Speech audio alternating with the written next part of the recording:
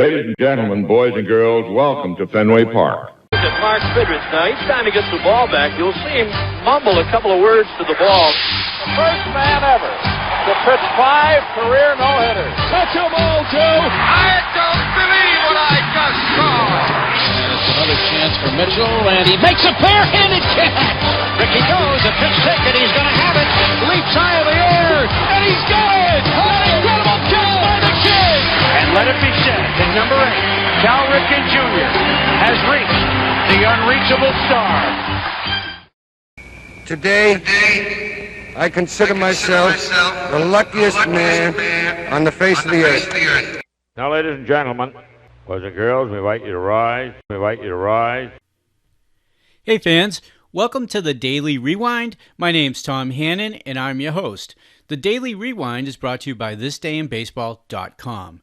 ThisDayInBaseball.com is a treasure chest full of baseball events. We bring you everything from the thrill of victory to the agony of defeat, and every milestone and oddball event in between. I am surprised myself by the stuff that I find every day on ThisDayInBaseball.com, and it's well beyond the written word, as we have thousands of videos, audio, images to go with all of those stories. Today, March 26, 2020, would be the opening day, and sadly, opening day is not near with the worldwide pandemic that we're dealing with. And as a kid, I played a game called Strat O Matic Baseball, and a lot of people who listen to this podcast, I'm sure, have played Strat O Matic Baseball, or at least have heard of it. And what I loved about it was you could get all these old cards for old players, and it really connected me with the history of the game.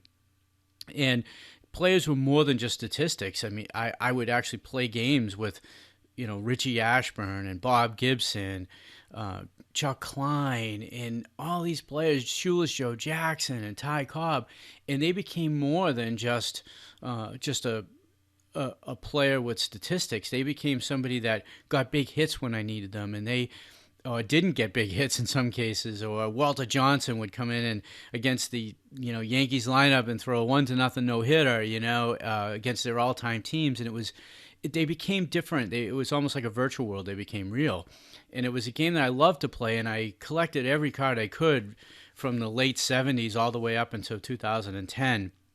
Matter of fact, my wife and I went through all the cards recently, and we're moving into a new house, and we were going to sell the cards, but I just have such a connection with them. I'm having a hard time with that. I've got, 115 seasons of them, and it was a game that went from rolling the dice, and then it went to computer simulations. I liked rolling the dice personally, and I can still remember my old friend John Salvia and I played a World Series against each other, and we had all a bunch of mixed up teams.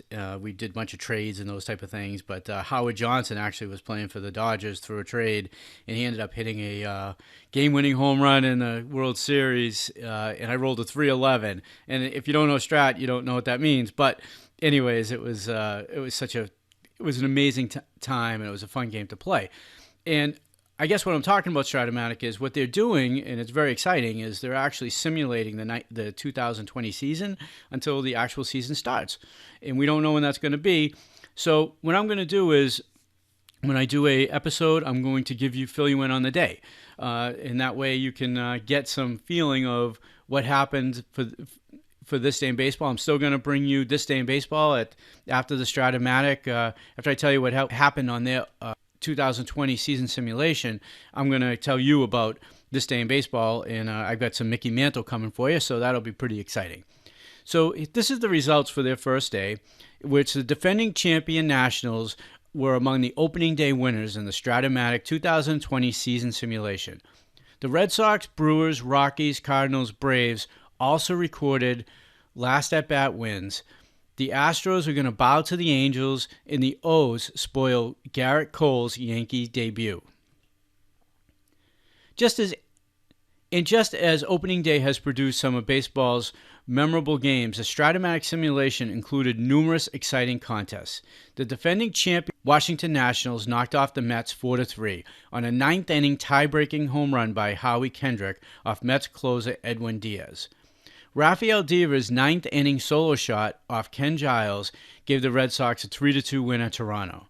Colorado's Garrett Hampson's RBI double, followed by David Dahl's 2-run single, keyed a 10-7 10-inning victory over the Padres. And Colton Wong's leadoff bomb off Islingus, I may have said that name wrong, in the top of the ninth lifted the Cardinals over the Reds. Pinch hitters also produced late-inning heroics for wins. The Milwaukee Brewers walked off against the Chicago Cubs 7-4 on the bottom of the 11th, 3-run homer by former Red Sox Brock Holt.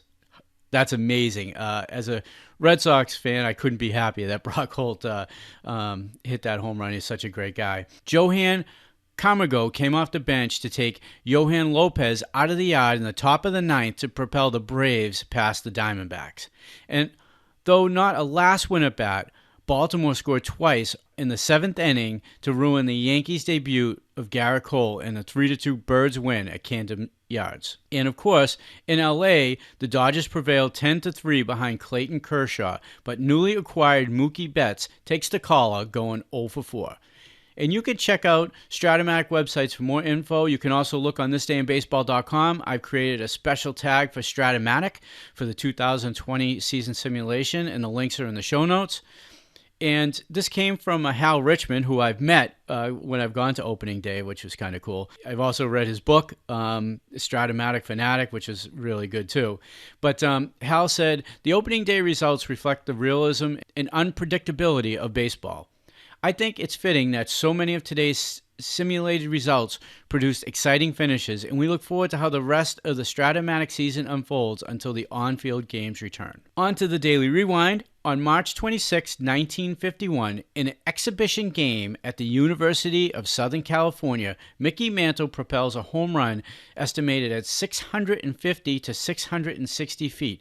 The shot clears Bovard Field and then goes the width of the practice field before landing. Mantle has 2 home runs, a bases-loaded triple, and drives in 7 runs as the Yankees destroy the USC Trojans 15-1. Now, I'm going to bring you a few clips from Mickey Mantle. Yeah, I was the underdog, I guess. The American people would go for the underdog. If you go to a boxing match and you see one guy getting beat up, you start pulling for that guy. Well, for some reason or other, I am also, besides that, I started out here as a 19-year-old kid, and this was like 10 or 11 years later, and they had kind of taken to me. And for Roger to come in and beat me, I think they went the other way. They started really liking me, and from then on, everywhere I went, even in Yankee Stadium, I started getting standing ovations for some reason or other. And it was like they didn't want Roger to win because they didn't know him, I think. I mean, if they would have known him like they knew me, they would have liked him as much. And it was a turning point for the fan reaction toward me. I mean, they started applauding me. I'd walk out of the dugout and get a big hand, and they didn't boo me so much when I struck out 2 or 3 times, and it was like they did the other way with me. Mickey Mantle and Willie, everybody knew him, you know. But Hank Aaron was standing out there hitting 40 home runs a year, and nobody knew who he was. But because of the press and the coverage that you get in New York. New York's the only place to play baseball. If Joe DiMaggio would have played besides Yankee Stadium, he would have hit no telling how many home runs. In 1951, his last year, my first year, I saw him hit at least 20 balls that went 430 feet that were caught. All right, so I hope you enjoyed listening to Mickey Mantle. I hope you enjoyed my little Strat O Matic simulation update. I'm going to be doing that pretty much every day. So if you enjoyed that, I'd love to hear from you. I'd love it if you reached out to me at tdinbb@gmail.com. Reach out to me on Twitter, on Facebook. I'd love to hear if you like it, or if you'd just like me to stick to the normal things I've been doing. That feedback would be awesome. And just remember that you can sign up for our updates on thisdayinbaseball.com. We have a subscribe to our blog. And every time we post something new, you're going to get that article. Fans just like you hang out in our forum, so we recommend that you go over there and sign up. And we're going to be having some fun things coming soon. We're going to do some watch parties for old-time baseball games where fans can get together. And we just put up a bunch of new products, too, on the website for stadium shirts, maybe your polo Grounds, Ebbets Field. You can go on right over to our store, and you can see those products. They're really cool products. And again, I want to thank you for joining me today on the Daily Rewind. And if you enjoyed the show, my two asks, the two asks I always have, if you can share the show, it really helps us. Share it with your friends, tell a friend, share it on social media. There's a lot of baseball fans looking for something right now, and we're hoping this is a cool option for them. And secondly, please subscribe to the show, and you're going to get the new content every time it comes out. And again, if you have any feedback, you can reach me directly at tdinbb@gmail.com. My name's Tom Hannon. I'm your host. Thank you for joining me on the Daily Rewind, and we hope to see you at the ballpark very soon.